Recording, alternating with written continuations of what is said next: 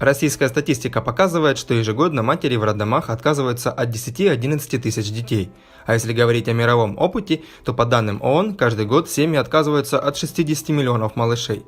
Герои видео тоже стали частью этой печальной статистики. Родная мать бросила двух мальчиков на произвол судьбы.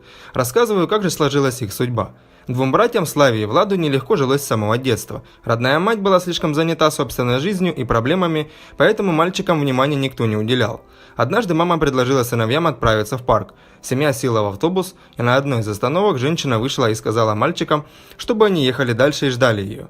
Дети вспоминают, что она пообещала вернуться через несколько минут, но это оказался последний раз, когда они ее видели. Автобус, между тем, доехал до конечной остановки. Растерянных и плачущих детей увидели кондуктор и водитель, которые вызвали полицию. Славу и Влада отправили в детский дом в Куйбышеве. Несмотря на тяжелую жизнь с матерью и к порядкам детского дома, мальчики оказались не готовы. Поэтому, когда их показали семейной паре Смышляевых, которая подыскивала детей для усыновления, мальчики вцепились в руку женщине и с мольбой спросили: «Вы ведь заберете нас, правда?» Наталья и Сергей, которые на тот момент уже вырастили 3 детей, решили ответить на этот вопрос положительно.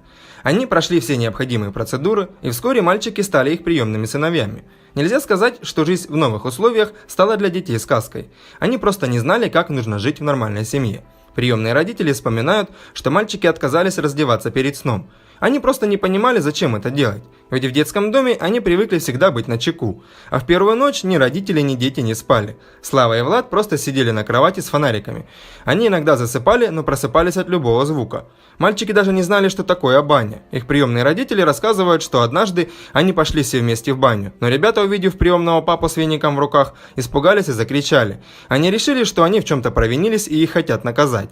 Мальчики не желали слушать ничего и сбежали в дом. Новым родителям понадобилось кое-какое время, чтобы Слава и Влад научились ходить в баню без страха. Конечно, постепенно мальчики привыкли, но, как они признаются, у них до сих пор остался страх снова попасть в детский дом. Они слишком много там натерпелись, да и к своей биологической матери возвращаться особо не хотят. Им нравится их приемная семья. Появились у братьев и определенные успехи в учебе.